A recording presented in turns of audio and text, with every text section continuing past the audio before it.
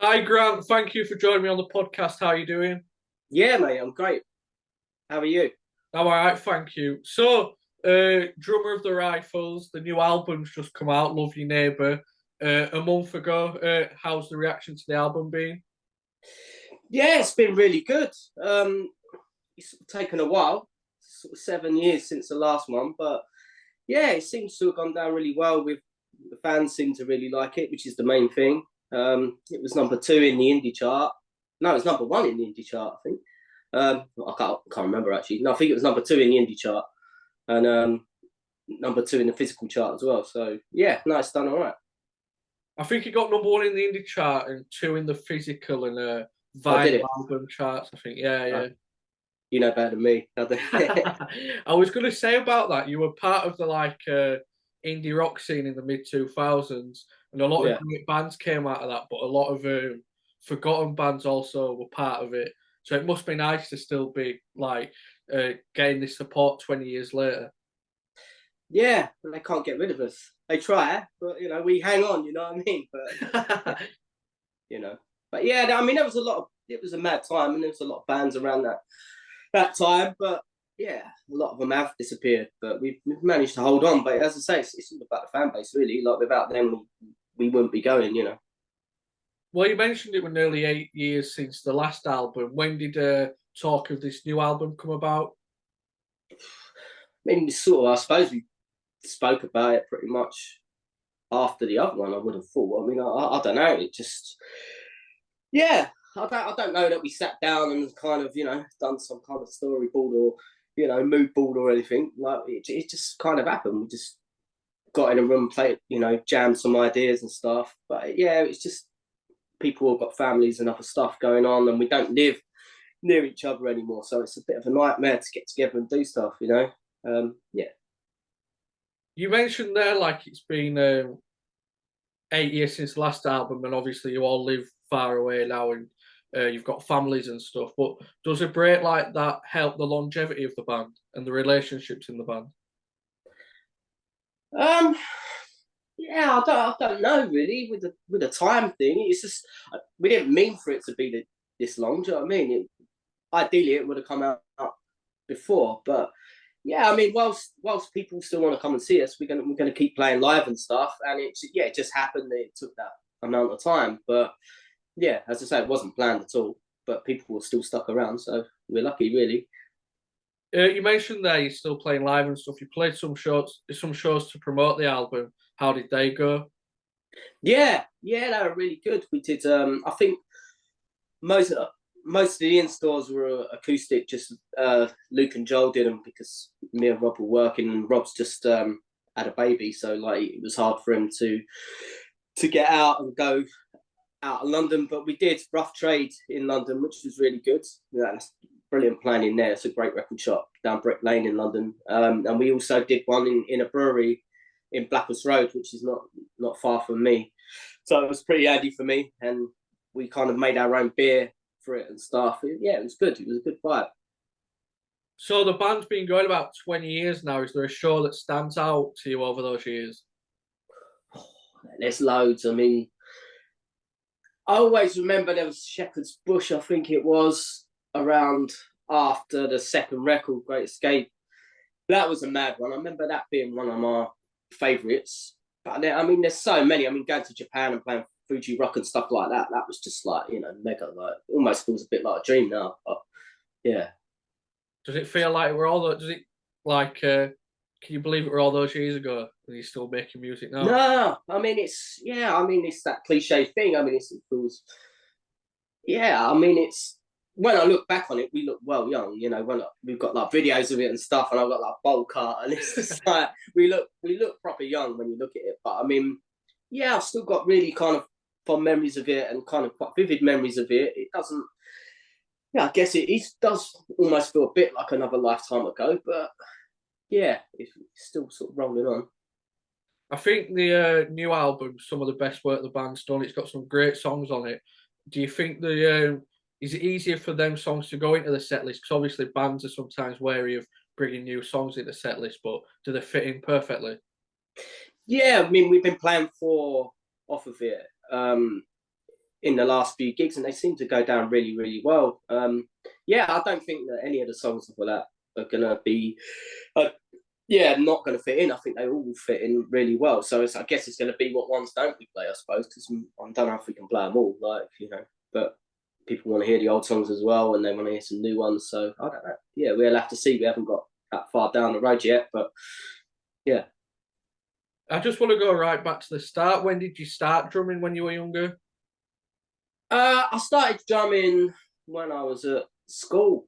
It was in the 90s, and like I guess like we was into me and my mates were into like Nirvana and stuff like that. That was going on around that time, and my mates played guitar. We were learning guitar, so I was like, well, I'll play drums just so we can sort of start a band. We just used to, we just used to like play Nirvana covers and stuff like that. Do you know what I mean? And copy them. So that was the first band I was in, really, and we played some gigs. My first gig was in Blackwell's Road. There used to be a pub called the Walthamstow Standard, and we played my first ever gig there with my first band. We entered the Battle of the Bands, and we won it. So that was pretty mega. You know what I mean? I think that was 1996, so a long time ago. What were you playing then? Like, were you playing grunge music, your own songs? Yeah, so as I say, we started playing like Nirvana covers and stuff like that, and then we wrote our own songs. And then, how good they were, I don't know. Like, I mean, I haven't listened to the demos and stuff like that stuff for years. But I mean, we were kids at school. Do you know what I mean? So to go and win it, I think we won 500 quid, which back in '96 for 14-year-old kids was just like a lot of money. Did Yeah. that did obviously you speak about the 90s and stuff? Did Britpop have an influence on you as well? Britpop, yeah. So it did. So as I say, initially sort of 94, 95 when I first got into music, it was kind of mainly a lot of American music at the time. And then 95, 96, after that, then I got into both Blur and Oasis. You know what I mean? I didn't like one or the other. I liked them both. And then and I suppose that sort of come in to it a bit after that first band. Yeah, definitely. So, out of the four original members, you was the last one to join. How did you go about joining the band? So Rob and Joel used to go to school together, so they've known each other for years. And then Joel went to college and met Luke, and then started a band with them. And them three were in a band before. Luke actually played drums originally. He was a drummer, and then he just decided it was too much hard work, so he wanted the glory and be a guitar. So he wanted to play guitar, so they needed a drummer, and I met Luke and our manager Ollie in a nightclub called Candy Box, which was like an indie club. Just pissed up, and they were like, they needed a drummer, and I didn't even know I joined until the next morning. Luke rang me up, going, "Oh yeah, mate, remember like." You still fancy a jam? And I was like, have I joined a band last night? I mean, it was a bit of a kind of a cloudy one, but yeah, the rest is history, I suppose. Yeah, did drumming come naturally to you then at the start, or were it a lot of practice? It takes a lot of practice. I mean, it's I probably thought I could drum well from the beginning, but as I say, like I got frustrated with the drum lessons at school, just learning, the rudiments and really. And then I just tried to copy Dave Grohl, which is kind of a bit of a higher bar. So I tried to emulate him, but probably not that well. But I mean, still learning right up until playing with the Rifles, really. You know what I mean? Even making the first album was a real learning curve, like that's probably, made me a better drummer and kind of, it was sort of quite hard work, but it was worth it. Made me better, I think. You mentioned you were a bit pissed when you decided to join the Rifles, but Yeah. like when you went to like jam with them and stuff, did you think it was just another band you were joining, or did you think that you could be successful? No, I mean at the time, I just tried to play after that first band split up after school. I just tried to play with anyone I could. I just wanted, and I used to play with the guys in Block Party before that. Because I know like Russell's from Chinkford, so Russell and Kelly, and I played in a band with them. and played some gigs with them. It was called the Angel Range at the time. It wasn't called Block Party. And then I left them, which, you know, probably silly maybe, but I left them, and then I met, yeah, Luke and Joel. It was just another band. Like, why not give it a go? We went into a rehearsal room. They gave me like a demo, and I think it had like a really early version like Peace and Quiet on it, and Spend a Lifetime, which, you know, really good songs. I was like, oh, these songs are really like catchy. Do you know what I mean? It was a bit more catchy, straight up indie than what I was doing before, but you could tell they were good songs back then, and the singer could actually sing, so it was kind of like, yeah, worth a go. Yeah, definitely. Yeah, it's worked out well, hasn't it? Yeah. We mentioned the 2000s indie rock scene that you were part of. What was it like being part of the scene? Yeah, I mean, at the time, probably didn't realize it was a scene. We just kind of, I mean, yeah, I mean, obviously, you've got the big success stories like, you know, the Monkeys and the Libertines and stuff like that. I mean, yeah, it was definitely an exciting time. A lot of bands coming through. Yeah, and we just happened to be around it. Do you know what I mean? It was just sort of like a happy accident, I suppose. Like, yeah, we didn't really kind of. I don't know if we completely fitted into it. I felt like we were just sort of doing our own thing, really. You know, we've always been like that. We're kind of a bit on the outside, but yeah, but it was an exciting time. Definitely a lot more live music than now.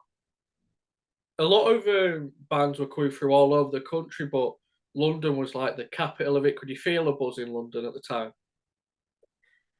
Yeah, I mean, again, we didn't really know no different because we're just from here, and there's always gigs going on in London, you know, like, so. Yeah, I mean, I guess around Camden and stuff has always been pretty buzzing, and yeah, yeah, no, I mean, it definitely was a fun time, but it was exciting for us because it was all brand new, you know. We just went from playing pubs to our mates to people actually turning up who we didn't know, and we are like, wow, this is good. Do you know what I mean? Like, must be doing all right. Must have something, you know.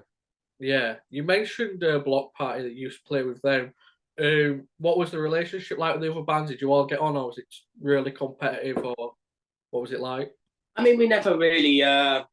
They went off and did their own thing. I mean, I sort of don't really. I speak to Russell still, but um, they were in a sort of different scene to us. Really, they were kind of in that more, I don't know, angular, bit more arty, I suppose. And we Well, I were mean, kind of more. did you get on with all the other bands in the scene you were in? I mean, Yeah, yeah. I mean, when we come across them, yeah, everyone we've met's been really nice. Like, yeah, but it wasn't like a club. We didn't really hang out with each other, with other bands, only unless we see them at festivals and stuff like that. You know, apart from Melbourne, because we went on tour with them and we become pretty good friends with them. But yeah. you mentioned you've got a loyal fan base. When did you notice that the fan base had started growing? So I mean, when it started, really, we we we played like a residency. There was a club called the Metro in Tottenham Court Road. It's not there anymore. It's just above the station.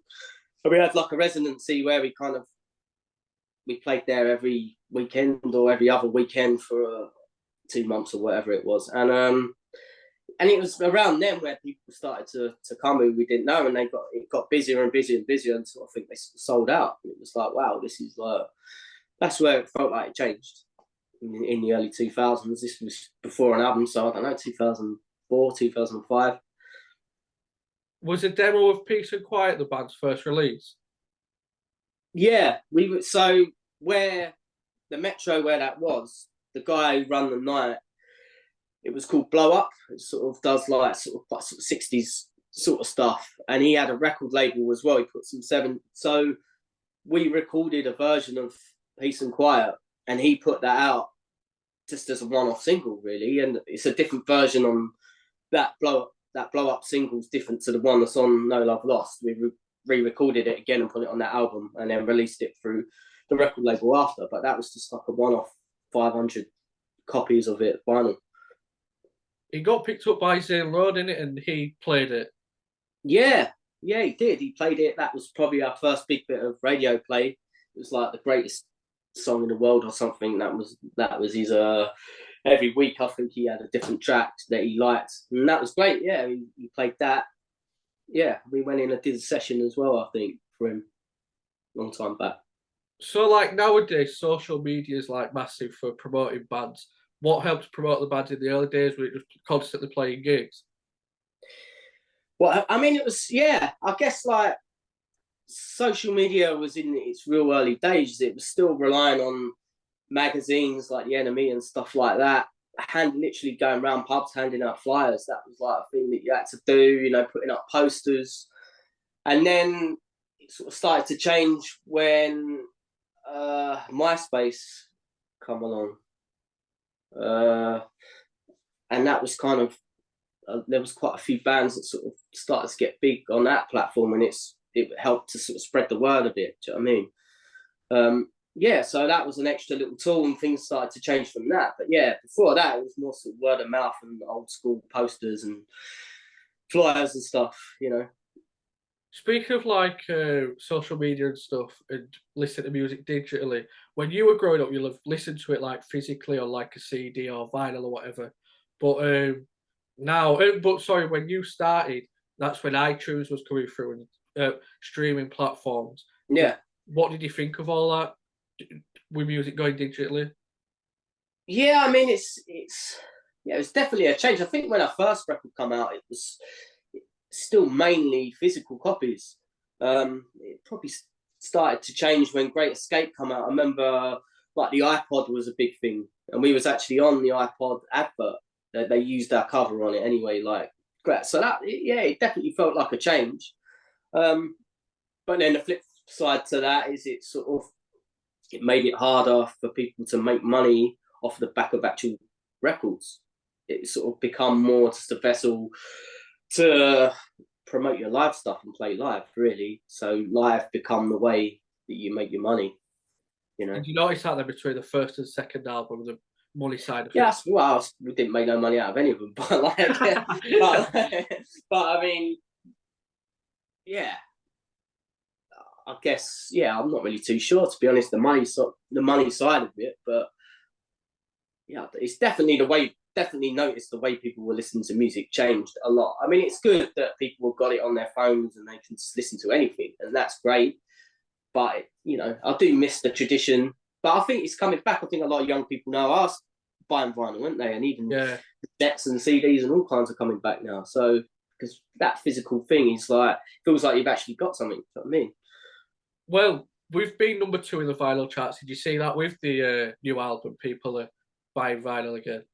Yeah, yeah, and especially our fan base. I think they just like having something. It's like a collector's thing. People collect vinyl, don't they? It's like it's just nice to have. It looks better, you know. You got the artwork, you got different coloured vinyls and stuff, and it sounds great. You know, putting it on. I find a lot of albums I like. I will buy them on vinyl because I will. You put the vinyl on, it just makes you listen to the whole album. Whereas when you've got it on your phone or just listening to it on Spotify or whatever, it's just so easy just to skip through it. Do you know what I mean? And Yeah. skip that one. It's just you don't really necessarily give an album the chance that maybe it should, because some albums are instant, but some do take a little bit of time. You know, to you've got to invest a bit of time into listening to it. Do you know what I mean? Because they're a bit harder and maybe not as catchy or whatever, but they're still good records in their own right. Yeah, I totally agree with that. Yeah, we mentioned Zane Lowe got hold of a copy of the Peace and Quiet demo, and when he played it, gave you a bit of a boost. But things like Soccer AM and stuff like that gave you a boost as well, didn't it? Yeah, yeah, that was mad. I mean, that was definitely helped our fan base. That was massive at the time. You know, it's sort of, especially the original with like Tim Lovejoy and stuff. And yeah, I think I missed every single penalty that I took, so I was used to this Skydom. But yeah, yeah, we went on it about 3 or 4 times. It was great. It was a great show. Really good. Are you a football fan as well then? Yeah, I'll say yeah. I'm not like I'm an armchair fan. Like being from London, I support Liverpool, but Joe and Rob are West Ham fans. That's why we've done some stuff at West Ham. We recently just did a thing for their kit launch. Oh, But yeah, I do watch it, but I'm not like someone who would cry if they don't win or whatever. You know, it's yeah, you went to watch England actually at the Euros. How was that? yeah, yeah. That's the first time I've ever been um, to see England at all. going away, Cologne's great city.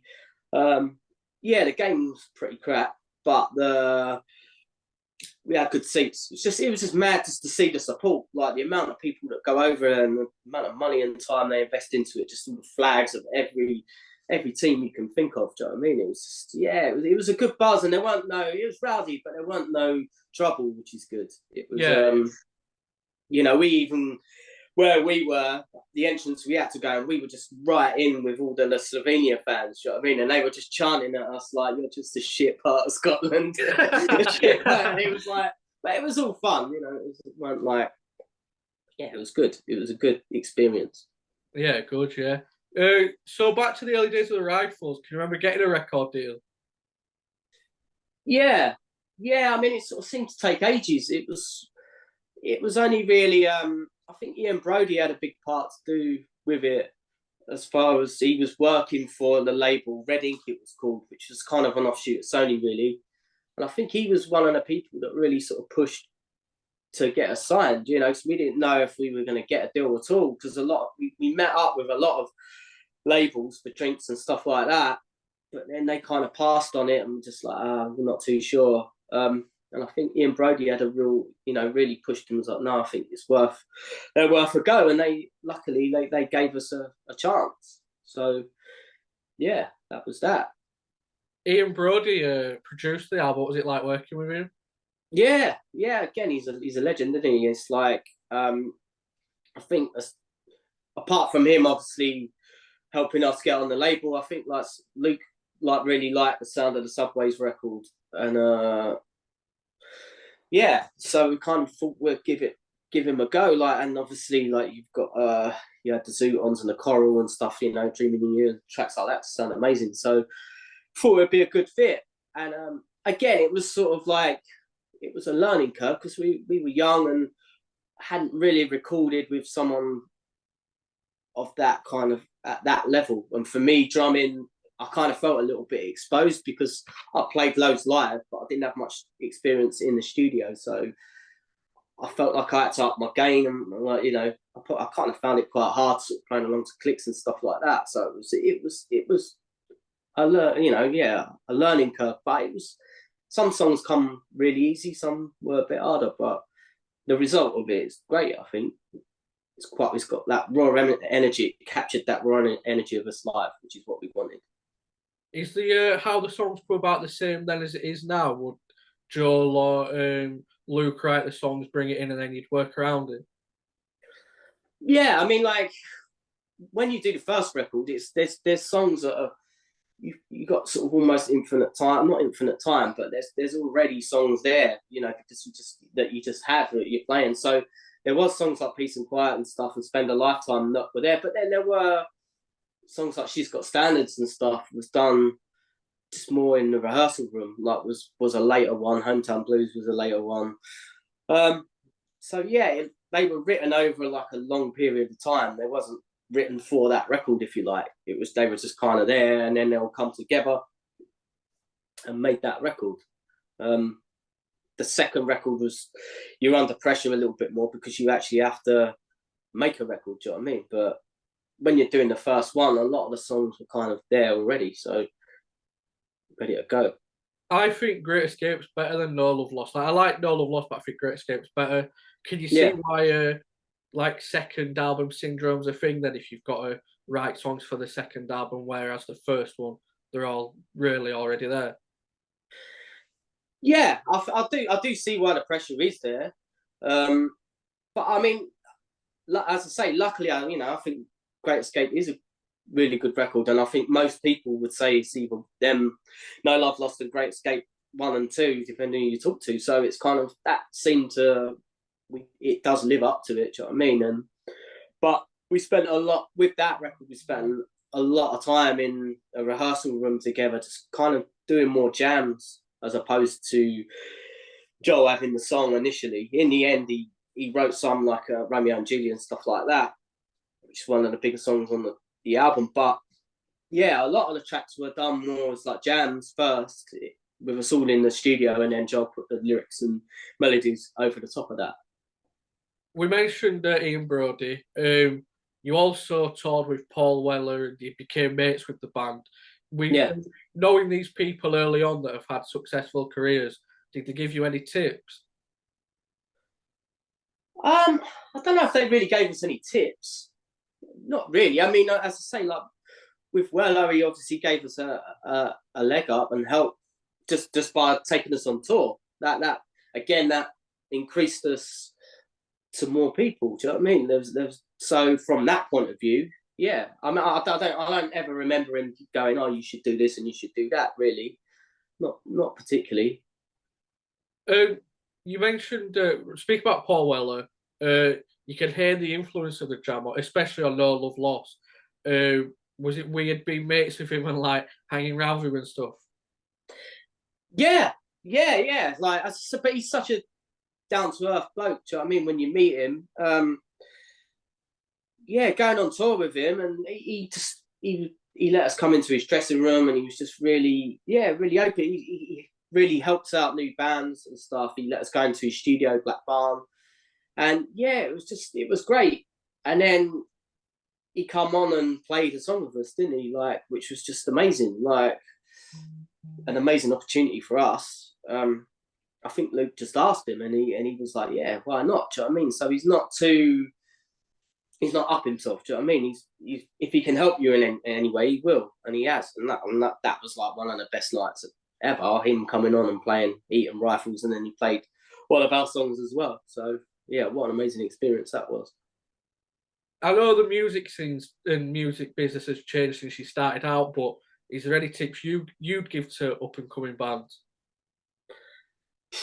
I mean, I'm so out of touch with how you would go about getting signed and stuff now. It's hard to know. I mean, obviously, you just have to be the best live band that you possibly can be because that's where you make your money if you're going to make money. Um, yeah, just keep going at it, right? Best songs you can, like just become the best live band that you can possibly be. I mean, I guess social media is more a part of it now, isn't it? Like it's about getting likes and stuff. But I really don't know. You know, I'd be a bit lost if I was starting out myself, to be honest. Would you You know, start out now if you were a teenager coming up? yeah, I'm sure I would. Yeah. Because you do it initially, you do it because you just love doing it. Do you know what I mean? As I say, like, well, I started playing drums and just did it with my mates to hang out and just play music. It wasn't about trying to make money or even getting signed at the time. And I just wanted to play anyone who could play guitar or anything. I just tried to play with them. So yeah, I definitely would be doing it. I think, like, you know, I would never discourage anyone from playing music, even if it's just for fun. I think it's a positive thing that you can do. You know, making friends and the experiences. You know, getting signed and putting out records is like just the icing on the cake. But some of the best gigs I played have been with unsigned bands, like before the Rifles and yeah, other bands. So we mentioned the Great Escape. What was it like recording that? I know you said the songs came out through jams, but what was it like actually recording it? Did you have? You'll have had more experience now, obviously, from the debut. Yeah. I mean, yeah, I felt more comfortable in the studio. We did it sort of. I think we worked with a couple of different producers on it. It wasn't one producer. We did stuff with Dave McCracken and Stan Kybert. Um, and yeah, we went to like a residential studio called Leaders Farm. And so we are just kind of taken away from the sort of, yeah, you actually stay there and you just living it. Do you know what I mean? It's great. It's just an amazing studio. I don't know if it's still there anymore, but yeah, it was a different experience to the first one, that's for sure. But yeah, it's good. You mentioned there, like you went away and worked in a residential studio, but obviously you can't do that now, can you, with families and stuff? So is it a lot easier back then than it is now? Yeah, it was easier to get together and do stuff. Yeah, it was definitely easier to do that. I mean, but like back then, even the technology of stuff that you had at home wasn't as good. Like now, you don't have to go to a big studio. Do you know what I mean? They're still great. You're going to get brilliant results in a big studio, but you can do really good records at home now. You know, so it's kind of changed the game. Really, you know, you don't have to go into the big studios like again, like they are amazing and it's a brilliant experience, but it costs a hell of a lot of money unless you've got a record label behind you to pay for it. You know, you've got no chance. So I guess that's one positive thing of now that you can make a record for pretty much next to nothing. Well, Joel, I did see something with Joel saying like the money you'd pay for like a recording session in a studio, you might as well just buy like mics and equipment and stuff and do it yourself. Yeah, yeah, which is what the last record was. Really, it was. Yeah, that's exactly what it did do. Do you prefer doing it like that, or do you prefer doing it like the old days and going in a studio? I know obviously it's different now, but what do you prefer like actually doing? Uh, I did like going into the studio. Um, yeah, I mean, like, I guess one of the good things that you have uh, going into the studio is you've got time constraints, and that can put you under pressure because you have to get it done. It's costing you a lot of money, but then you know you got to get it done in that slot of time. I feel like maybe one of the negative things about recording the last record is you had to do it whenever you want, and that is what kind of made it go on for like 7 years. When, because we didn't have anyone going, oh well, you got to go in the studio at this time, you got to do this and that. So a bit of both there, really. Is it true that when you were promoting the second album in Italy, you had to cut the tour short because you got into trouble with the Italian mafia? I read that somewhere. Is that true? Yeah, that was in the Sun. That was just kind of a thing that was. I don't even know that. No, we didn't get in trouble with the mafia. That was a load of bollocks, if I'm being honest. I don't know how that come about. I think there was a bit of an argument with someone who worked for the label, but not how it was put out. Do you know what I mean? Like, he had nothing to do with the bloody mafia. Do you know what I mean? It's just the Sun writing waffle, basically. It's full of bullshit anyway, actually, the Sun, isn't it? It is. I mean, it was. People text me going, "Oh, look, have you seen this story?" And I was like, "What the hell?" You know what I mean? It was a bit weird that you don't expect that sort of stuff to happen to you. Like, people make stories up. Do you know what I mean? But it was, yeah, it weren't as they put it at all. It just an argument with, I can't even remember now, but it was something to do with the guy who put the record out. You know what I mean? He got the ump about something, and then that was it. What were the press like around the band, like at that time? The press. Yeah. I mean, it was okay. I mean, we've never been like a band that's been the kind of press darlings, if you like. We I feel like we kind of overlooked a little bit because maybe we're not as trendy as some of the other bands and weren't necessarily a part of a scene as such. I feel like some bands got fast tracked through and would be on the front of the NME when they hadn't even done anything. Do you know what I mean? They're just kind of like, just because they were the cool band at the time. Do you know what I mean? And I feel like we were never the cool band as such. Do you know what I mean? But we've stood the test of time. So the songs, I'm guessing, and the performances and everything else is what has kept us going. But For some bands, it is a game in it. Like if you've got, I don't know, a singer that's like smashing hotel rooms up and it's on the front of the paper, like it's gonna get more but that something like that's gonna get more exposed than like it's a front man that's just walking in the park. You know what I mean? It's yeah, that's it. We need to sort of get Joel to smash up more hotel rooms, but he won't do it. He's too chilled. But that's what I was saying. It's you stuck to your ways and you've still got the longevity with the fans and stuff, so it's worked out. And do you know what I mean? Yeah. No, yeah, it has, and I don't feel like some of them rock and roll cliches, they make great stories. If you try and do that now, it's a bit embarrassing, I think. It's just like, Yeah, definitely. You and Rob left the band in 2010 until 2013. What happened there? I guess after the second record, there was just a bit of pressure from maybe the label. We got dropped from our label because it didn't sell as many as when you're on a major label. The first two records are on a major label. So yeah, it become a bit of a lull where everyone sort of went their separate ways a bit. Joel got married and bought a house at that time, so it was just kind of more into that. His frame of mind maybe went into like writing and stuff.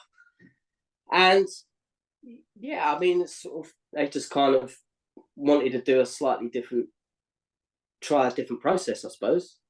And yeah, me and Rob just kind of, we left and then they did that third record, which, you know, it come out pretty good. It's like Lee, who actually works for UEFA, who got me the tickets for England. He was playing bass, and Kenny, and they're still friends now. Do you know what I mean? They're good guys. So they had a couple of years of good experience from it as well. And yeah, I mean, it is what it is, really. Did you miss being in the band at the time? What were you doing in those years? I was just working. To be honest with you, like that's the one good thing I suppose about the Rifles not getting loads of press and radio is if you don't look at the social media and stuff like that, it's just kind of going on in the background because you don't put the radio on and it's playing every day and stuff like that. So I just didn't really even think about it. Just kind of went off and kind of was just working, you know, unless someone said to me, "Oh, have you heard this and that?" But didn't really involve myself in it. It's just sort of it felt, yeah, I just felt separated from it for a while, and then yeah, but then we come back and made the fourth record. How did the conversation come about then of rejoining the band? Um, can't really remember. I remember Luke coming down to my flat, just having a chat. I think originally they were just like, "Do you want to do one song on this new album? Like, fancy just getting together and playing, having a jam and doing a track on the new album." And then from that, we just ended up making a whole album together. So it was doing a whole record. So Well, you it was mentioned that you came back for the album None the Wiser. What was it like working on the new album and being back with the band?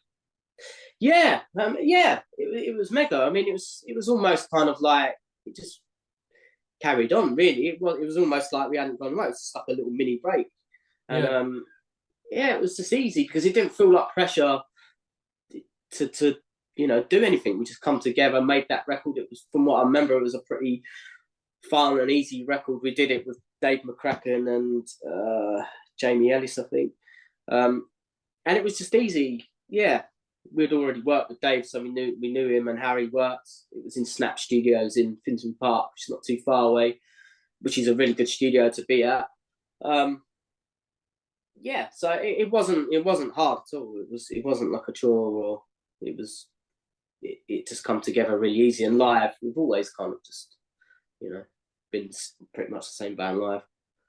Do you know when you're a good band live, but did that come like how long did it take to gel and be a good live band? As I say, once you've got the first record out, you're playing more.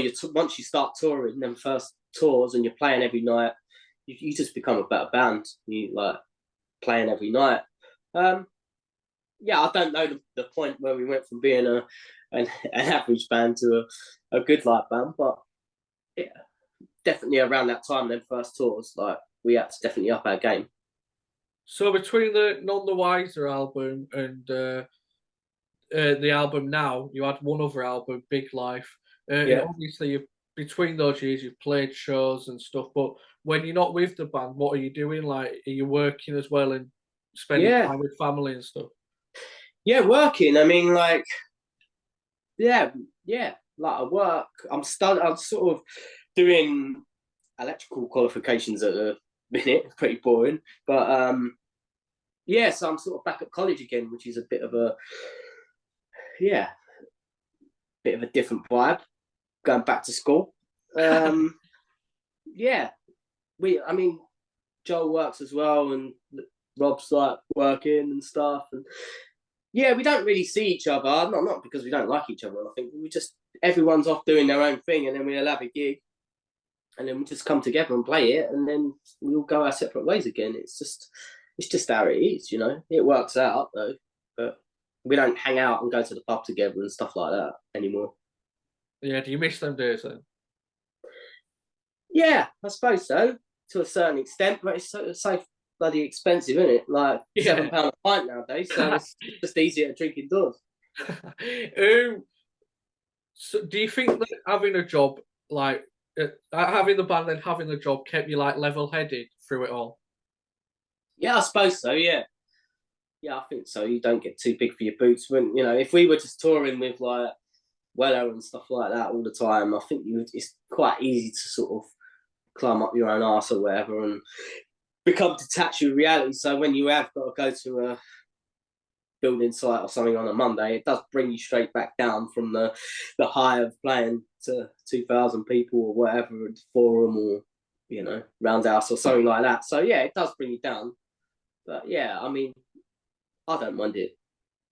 No, no. So obviously you've just had the new album out last month. What does the future of the Rifles look like? Is there going to be another album, or is it a break now? What's happening?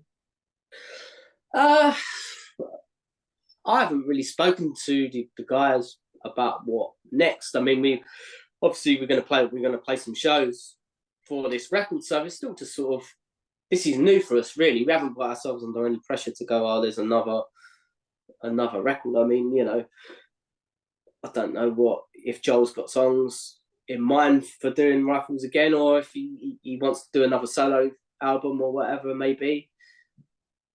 Yeah, to be honest, I really don't know. We haven't, we haven't said we're splitting up, and we haven't said we're going to make another album. It's just, we're still sort of rolling with this one at the moment. So maybe in 7 years, there might be another one when we're really old.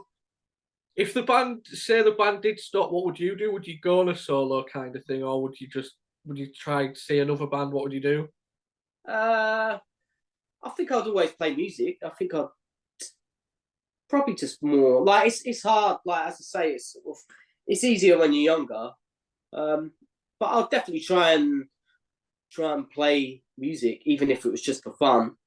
I do. I mean, I play a bit of guitar. I do record some stuff at home, but it's not to try and, I don't know. I'll just do it more for fun than anything else. Yeah, yeah. Sort of probably become more of a hobby again. But if an opportunity come up for someone wanting me to drum for them or anything, like even maybe play something else just to get a different perspective of it, But yeah, I'm literally open to anything. You've got a few shows coming up this month, haven't you? Yeah, I think we got one in Upington. I don't know when this podcast is going to be up, but like, we've got one in Upington next weekend, next Saturday, and then what else we got? We're playing with Milburn in Don Valley Bowl. Yeah. Which would be really good. Looking forward to that. What else we got? I think there's one. Oh, there's one in Stockton, because we cancelled a gig in Stockton because I was saying, like, Rob was having a baby. His missus was having a baby, so we had to cancel that show. But we're going back up and doing that. So we've only really got them 3 Rifles gigs coming up, and then I'm going to college for 6 weeks, which is why I can't do the shows in September. So I think Joel's doing some solo shows in September, and then we'll probably come back sort of next February or something to play some actual rifle shows for this album. All right, nice. Well, they not been, is that like something in the pipeline, the February shows? Yeah, they're in the pipeline. The dates are not up yet, so I don't know exactly when they are, if they're confirmed. But like, yeah, from what I've seen, that's what they're going to be. All right, nice. Yeah.